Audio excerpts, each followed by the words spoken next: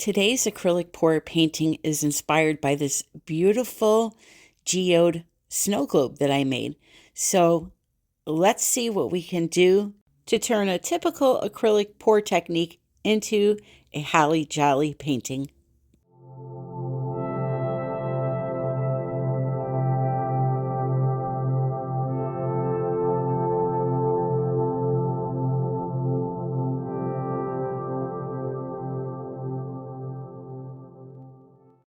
Hello, my friend. Welcome to another episode of Tammy Anderson Art. So today we're going to be working on this wood round that's shaped like an ornament.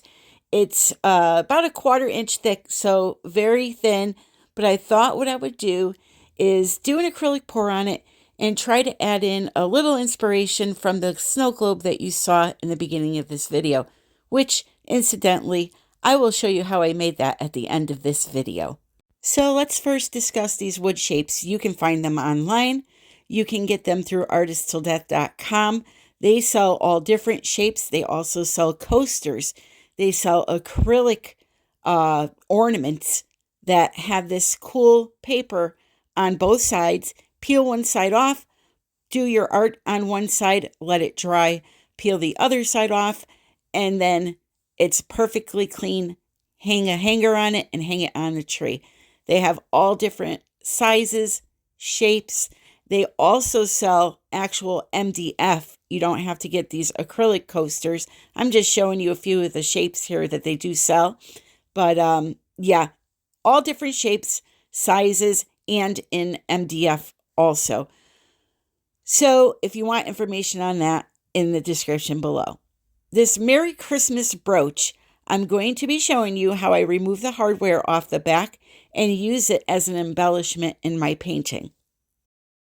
You can also add in some foliage, some Christmas flowers, picks from Hobby Lobby I got. There's so many ideas to use.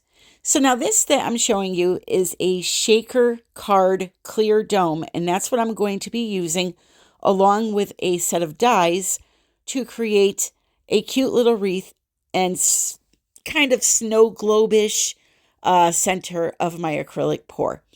So just a little background for you. A die is a cutting device that you put on a piece of cardstock, scrapbook paper. You run it through a die cutting machine.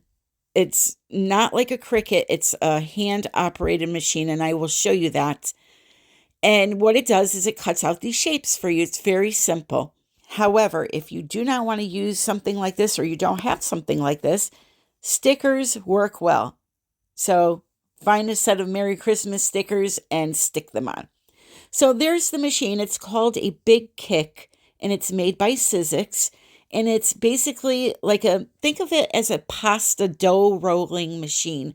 You put your die on a piece of paper, you sandwich it in between two of the plates that come with the machine, the clear plates, and then you roll by hand the piece of paper through the machine, and it cuts out the shape for you.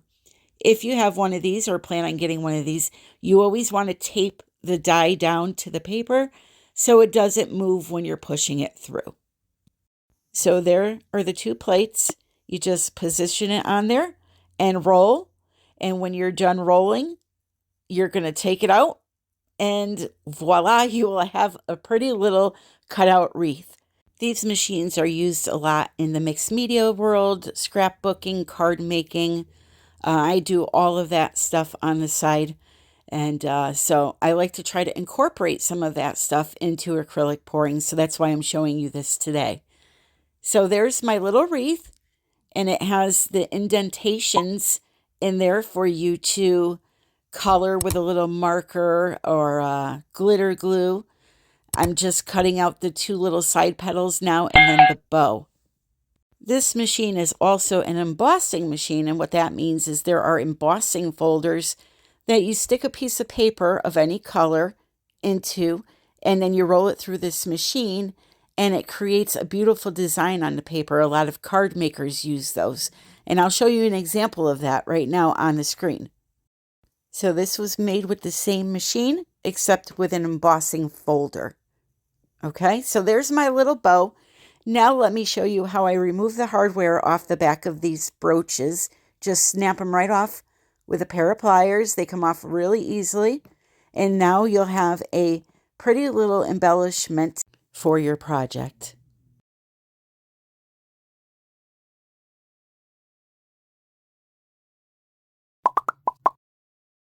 So now let's talk about the paint that we're going to be using today. Today I'm using Artist Loft Red with a little bit of Australian Floetrol, only because I want to get a lot of lacing and cells. So I just decided to use that. That tends to promote more cells and lacing than the American does. So that's why I'm thinning my paints down with that. You just want a normal consistency that you would use for a swipe or any typical acrylic pour. Now, if you do not know what that consistency is, in the description of this video will be a learning tutorial all about consistencies and a free printable chart for you to use. That video explains everything to you. So my idea is to cover the entire thing in red. And then with those two pieces of plastic you just saw me holding up, I'm going to take some white and swipe it from the inside to the outside. That was my first idea. I will tell you, I end up changing it a bit in the end, but that was because I forgot to add gold. So, typical Tammy. I don't know what I was doing there, but I forgot to add my gold. So, I'm going to just show you this part really quick so you can see how I did the swiping, and then we'll come back for the next part.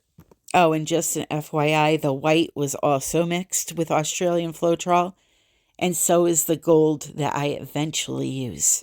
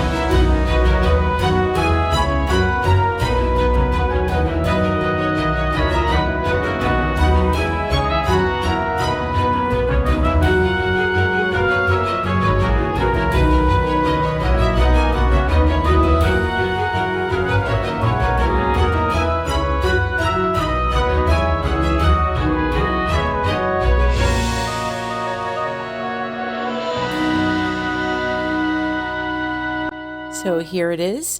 I realize it looks very orangey, pinkish on screen, but I promise you in normal daylight, it is bright cherry red.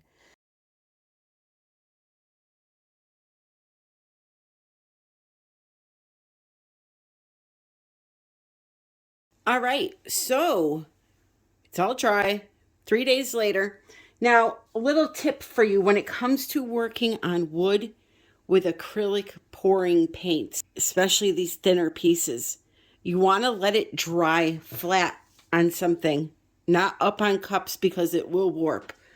I've primed and they've still warped on me, especially these really thin pieces. So as you can see, by me letting it dry flat, it came out perfect. Okay.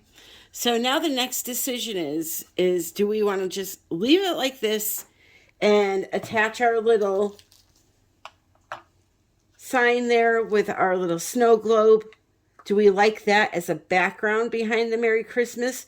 Or do you want to cut a piece of scrapbook paper out, lay it down behind there, in a circle so that it's a green background and put the wreath on, or a red background?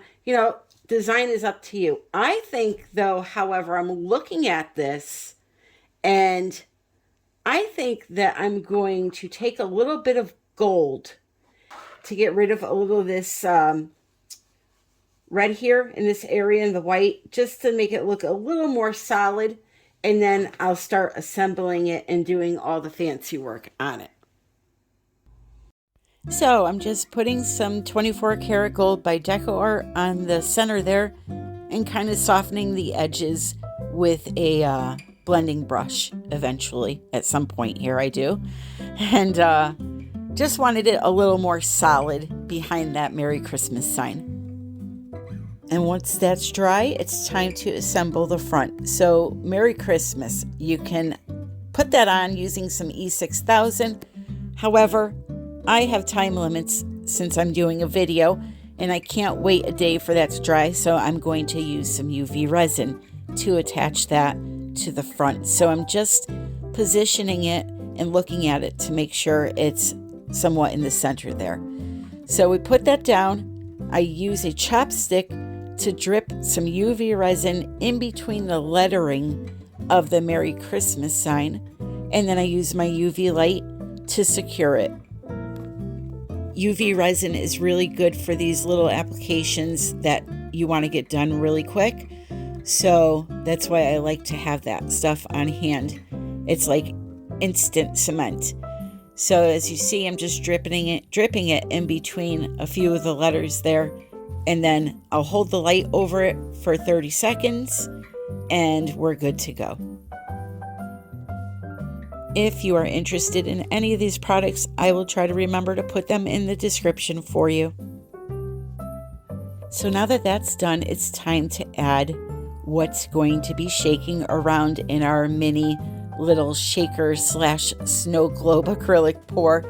I chose some little tiny diamonds, fake diamonds, and you just want to make sure you don't use too many and you don't have them outside of the area that you're trying to cover. You want to make sure that this dome, which has self-adhesive on it, sticks over that center and there's not a diamond in the way. So that's why I kind of butted them up against the Merry Christmas sign.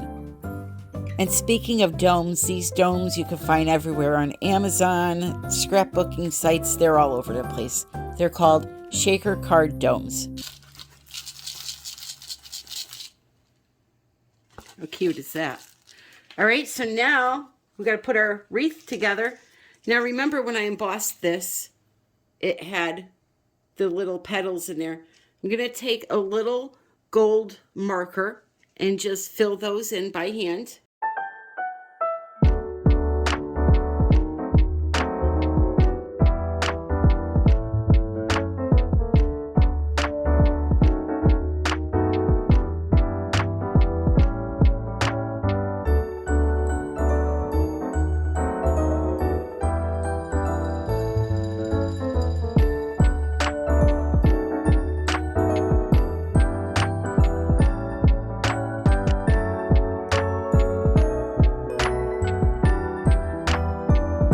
I worked on this over several days at different times of the day, so I apologize that the lighting's off during some scenes. So how about some Swarovski crystals? Nothing but the best. So we're going to take those and a gem applicator. This is a pen with a little wax tip. The other end is pointy. Use the wax tip to pick up the gem or crystal or rhinestone. Place it wherever you want to place it, and then you use the pointy end to position it. This is Aleene's Jewelry and Metal Glue. I like using this stuff. Put a little dab down, pick up your crystal, and place it. Flip the pen around, put it into position.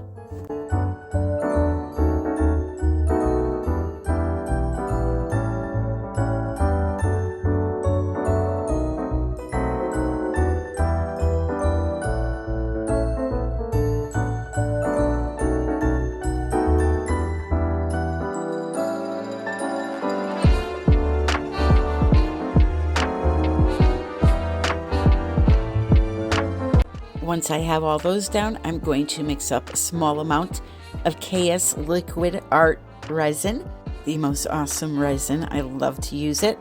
So we're going to put some down. We are not going to cover that dome, however. We're going to put it all around the dome. The paper that I use will get a little darker. That's natural when the resin soaks into it. Not a big deal. It'll still be green. And once we get that on, we're going to very carefully torch around that ornament. We're going to avoid the flame with that plastic dome cover because obviously plastic and fire do not get along. And then we are going to put it to bed, and then you're going to see the final results next.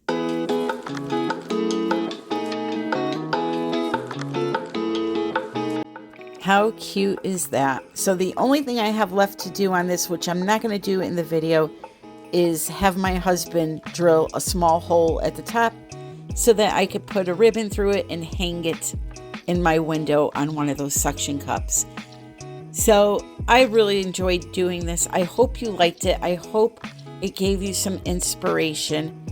It was just, something different to do for once. I get very bored. Do you see what I mean? I'm so bored of poured that it's just burnt in my brain. I get very bored with it. So I want to try to do things that take it up to the next level.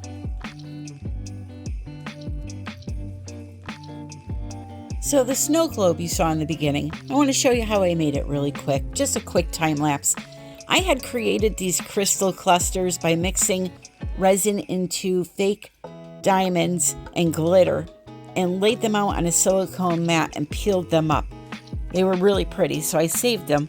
So my idea for this snow globe, which I got at Hobby Lobby, by the way, for I think $3 on clearance, was to glue some of these crystal clusters into the center of it with the UV resin, have it look almost like a hunk of a geode in the center, and then fill the glass up with some water, some glitter, some little floating stars, all different things. So that's what I did. I filled it up with the crystals first and the UV resin. And I had some tips about the water thing though. When you make a snow globe, I found out that you have to add something to the water to get the glitter and anything else you may add in there to float, to float slower.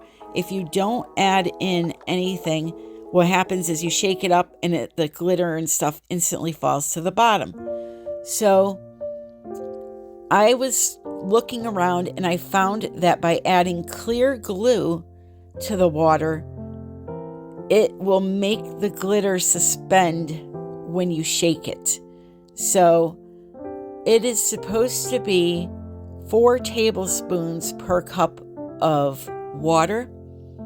I don't know how many cups was in this, so I kind of just poured some in.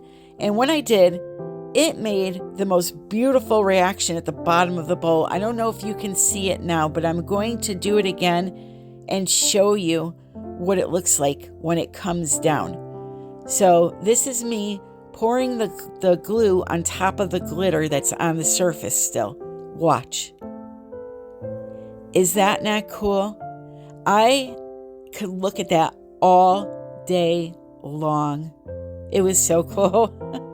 But anyway, you want to add some glue in there. I probably put maybe a 1/4 cup of glue in there and mixed it around, really no measurement, and it worked fine. So here's a little eye candy for you. Isn't that pretty? Ah, I just love glitter. So anyway, after you do that, you put the top back onto, or the base back onto the top. You have to do it in the reverse, and you have yourself a cute little snow globe. Now, after this video ended, I ended up taking mine apart and adding a little more water. I did not add enough in, but as you can see there, it is so cute. I love it. I hope you enjoyed this video. If you did, please click like, and if you're not a subscriber already, please consider doing so. By the way, if you haven't heard, coming soon this February 2023, we are going to be in North Carolina teaching fluid art and resin. Canella Sirocco and myself will be there, and we are just excited to see all of your beautiful faces. So we are having a Christmas sale. It's going to be ending in 2 days, $50 off. If you are interested, please email fluidartescape@gmail.com. Come make some friends, have a good time. We'll be able to hang out with you guys this time and have lunch or dinner. It's going to be a blast, and I hope to see you there. I love you all. Until the next time, happy pouring.